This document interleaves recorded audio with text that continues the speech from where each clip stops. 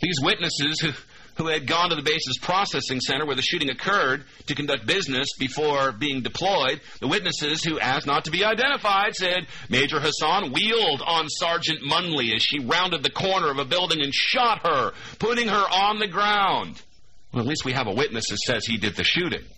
Then Major Hasan turned his back on her and started putting another magazine into his semi-automatic pistol. Yeah, that's when Senior Sergeant Mark Todd, a veteran police officer, rounded another corner of the building, found Hasan fumbling with his weapon, and shot him. So the female officer gets shot by Hasan. Boom, boom, boom. And he's reloading. This time someone's actually going to do something about it. It's Mark Todd, Sergeant Todd, who took him down. Never mentioned until today. How the authorities came to issue with the original version of the story, which made Sergeant Munley a national hero for several days and obscured Sergeant Todd's role, remains unclear. Military officials also said for several hours after the shooting that Major Hasan had been killed, although he had survived. The whole thing changed and mucked up. Oh, we got to have a hero. Let's have a female hero. Let's make it Officer Munley. 6 days after the deadly shooting rampage at the center where the soldiers were preparing for deployment, the military is yet to pull out a full account of what happened. What are they hiding? The news conference outside the post Wednesday, Lieutenant Colonel John Rossi refused to take questions about who shot Major Hasan or why the initial report said that it had been Jessica Lynch rather than Sergeant Munley. These questions are specific to the investigation. I'm not going to address that, said Colonel Rossi. No comment. I wonder if McChrystal was involved in this at all. She wasn't Jessica Lynch. The public affairs officials also declined to make Chuck Medley, the Director of Emergency Services of the Post, available for questions. It was Mr. Medley, who oversees the Post's civilian police and fire departments, who gave the first account of how Sergeant Munley stopped the gunman. Why did he start this story in the first place, and who told him to do that? Sorry about all the questions, folks, but that's all this story seems to gin up. More and more questions and more doubt upon the official story. Here they were caught lying! Sorry! Oh, they just lied this once. They're telling the truth about everything else, Jack. It's just this one thing. It was the fog of war. It was confusing, and everything was confused. It took them 6 days to figure out who actually did shoot Hasan, allegedly. Keeping in mind that this whole story could be fabricated. Sorry for that. Tuesday night, Lieutenant Colonel Lee Packnett of the Army's Office of Chief Public Affairs of the Pentagon declined to say whether it was Sergeant Todd who shot Major Hasan. It could have been. The final outcome will be determined in the results of the ballistic tests. In an interview on Wednesday, Sergeant Todd's wife, Lisa, said she had asked the Army to protect his identity in the immediate aftermath of the shootings. Her husband did not consider himself the real hero of the day. She said they were in it he wanted to share the glory. He didn't know. I don't know.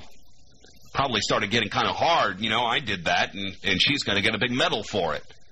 A lot of my fellow officers are asking me why I didn't do more. Eventually this has got to come out, right? Well, they were perfectly happy to keep Munley in the limelight. She makes a much better hero. They were on the Oprah Winfrey show. I don't watch that. Sorry, I can't comment much on that. The confusion over what happened and the quickness of the military to label someone a hero seemed reminiscent of the case of Private Jessica Lynch in 2003 when the Army initially reported that Private Lynch had been captured in Iraq after a Rambo-like performance in which she emptied her weapon and was wounded in the battle. It was later learned that she had been badly hurt in a vehicle accident during the ambush and was being well cared for by the Iraqis, not taken prisoner, not shooting in some heroic defense, and literally hiding so she wouldn't get killed, which who could say any of us would do anything different? Of course, they recommended her for a Silver Star, completely fabricated the entire event. And she's a hero? Not. See, if they lie about these things, then how can you trust them on anything else? That's the point. But this is kind of the behavior that something like this can perpetuate. This fever, this hatred for anybody that looks like a Muslim, anybody that looks like a terrorist, whether they look like Timothy McVeigh terrorists, or whether they look like Muhammad Atta terrorists, or Osama bin Laden terrorists, or whether they just happen to be a Greek priest. It doesn't matter, right? We're driven to this frenzy by the mainstream media and their controllers. This is what happened in Tampa, Florida, allegedly. A Greek priest was mistaken for an Arab, was attacked by a reservist with a tire iron. U.S. Marine reservist, he stands accused of attacking a Greek priest he mistook for an Arab. Not even the right nationality. He had a long beard. He was wearing black and a robe. Lance Corporal Jason Bruce, 28 years old, is accused of attacking Reverend Alexos Marakis, 29, with a tire iron. Some of you might be asking, will he be charged with a hate crime? Probably not. So if anything ever was a hate crime, this is it. It's also the ultimate example of complete and utter mind control and stupidity. Democracy Now! Reported that Bruce told police that Marakis was a terrorist. According to the report, police stated that he once told Marakis was actually a Greek Orthodox priest. The corporal's eyes teared up. Oh, God, I'm in trouble now. Marakis, who only speaks limited English, apparently became lost after performing a blessing of another priest. When attempting to ask Bruce for help, he was attacked. Marakis has a long beard. At the time of the incident, he'd been wearing a traditional black clerical robe. Both of those customary of Greek Orthodox priests. While these reports are from police, however, the Associated Press reports that Bruce's defense attorney has issued a statement stating that Bruce was defending himself from a sexual assault from this priest. Hey, you gotta give it a shot, right? Attorney Jeff Brown said, we're confident that the surveillance videos, which you'll never see, along with the 9/11 call, the eyewitnesses will conclusively show that Lance Corporal Bruce was attacked and was the victim in this case. So he beat the guy with a tire iron. Brown referred to Marakis as the bearded attacker 6 times and used his client's military rank 17 times in an apparent attempt to gain sympathy for his client due to the recent Fort Hood attacks. This is sort of reprisal that U.S. Muslims have been fearing over the Fort Hood attacks allegedly carried out by, Major Hasan, where 13 killed, injured 30. That number, I guess, 29 now, because that makes the 11 that they need. We'll just keep the record straight for you. Thank you very much. Yesterday, President Obama and the First Lady attended a memorial service for the dead and the wounded.